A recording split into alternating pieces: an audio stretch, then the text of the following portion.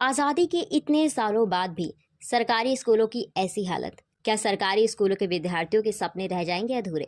कैसे आएगा बदलाव? कौन करेगा समाधान? आज हम बात करेंगे अपने आसपास के उन सरकारी स्कूलों की जो आज़ादी के इतने सालों के बाद भी पिछड़े हुए हैं। हैरानी की बात है कि शिक्षा पर इतना खर्च करने के बाद भी इतने सालों में सरकार अपने ही सरकारी स्कूलों की हालत सुधार नहीं पाई। आज सरकारी स्कूल के बच्चे प्राइवेट स्कूलों के बच्चों से खुद को पिछड़ा हुआ महसूस करते हैं। डर सिर्फ अंग्रेजी का नहीं है, बल्कि उससे होने वाली झिझक विद्यार्थियों को भयभीत करती है। उनमें आत्मविश्वास की कमी महसूस की जाती है। आत्मविश्वास की यह कमी उन्हें शिक्षा की रेस में पीछे ढकेल रही है। सवाल यह उठता है, आखिर समस्या क्या है? अंग्रेजी, अध्यापक, शिक्षा या इन्वायरमेंट? अपने एक भाषण में अखिलेश यादव ने कहा कि वे उत्तर प्रदेश से अंग्रेजी के नाम और निशान को मिटा देंगे। पर क्या ये संभव है, जो खुद ऑस्ट्रेलिया से पढ़े हुए हैं और अपनी बेटी को भी प्राइवेट स्कूल में पढ़ा रहे हैं? साथ ही अमित शाह और अन्य नेता भी शिक्षा के क्षेत्र में बड़े बड़े भाषण तो देते हैं, परंतु नेताओं की ये बातें सिर्फ भाषणों तक ही सीमित रहती हैं।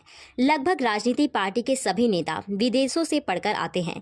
भला वो कैसे भारत के सरकारी स्कूलों को सुधारेंगे? शिक्षा के क्षेत्र में मोदी सरकार नई नीति लेकर आई है जो अब लागू की गई है, पर क्या ये काफी है? यूपी, बिहार, हरियाणा, राजस्थान जैसे अनेक राज्य जहां शिक्षा के क्षेत्र में पीछे हैं, वहीं केरला, तमिलनाडु और कर्नाटक वे राज्य हैं जो अपनी पुरानी शिक्षा प्रणाली के बल पर ही जोरदार प्रदर्शन कर रहे हैं। तमिलनाडु, केरला और कर्नाटक भारत के वे राज्य हैं जिन्होंने नई शिक्षा प्रणाली का विरोध किया, साथ ही इसे विद्यार्थियों के भविष्य के साथ खिलवाड़ बताया। आखिर तमिलनाडु, केरला और कर्नाटक के सरकारी स्कूल इतने आगे कैसे हैं? जवाब है, क्योंकि यहाँ उनके नेताओं और ब्यूरोक्रेट्स के बच्चे इन्हीं सरकारी स्कूलों में पढ़ते हैं। जब प्राइवेट स्कूल कॉलेजेस इतनी तरक्की कर रहे हैं तो सरकार अपनी शिक्षा प्रणाली में सुधार क्यों नहीं करती है? राजनीतिक नेता और ब्यूरोक्रेट्स शिक्षा की बातें न करें, झूठे वादे न करके पहले स्कूलों की हालत में सुधार करें, तो शायद लोग उनके भाषणों के बल पर नहीं बल्कि उनके काम की बुनियाद पर उन्हें वोट देंगे। आपको नहीं लगता कोई भी भारत का नेता जो राजनीतिक पार्टी में है